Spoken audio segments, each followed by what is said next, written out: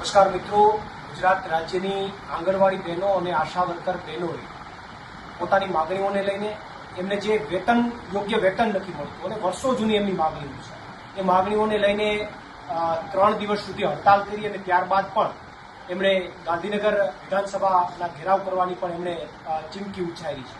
ત્યારે ગુજરાતની તમામ આંગણવાડી બહેનો અને આશા વર્કર બહેનોની આ માગણીઓ સાથે અને એમના આંદોલન સાથે આમ આદમી પાર્ટી સમર્થનમાં છે.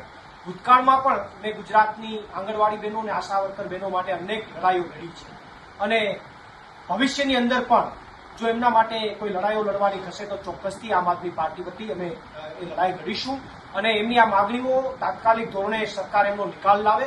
અન્યથા આંગણવાડી બહેનો અને આશા વર્કર બહેનોની જે લડાઈ અને જે આંદોલન ચાલી રહ્યું છે એમાં સંપૂર્ણપણે આમ આદમી પાર્ટીના તમામ નેતાઓનો ટેકો છે.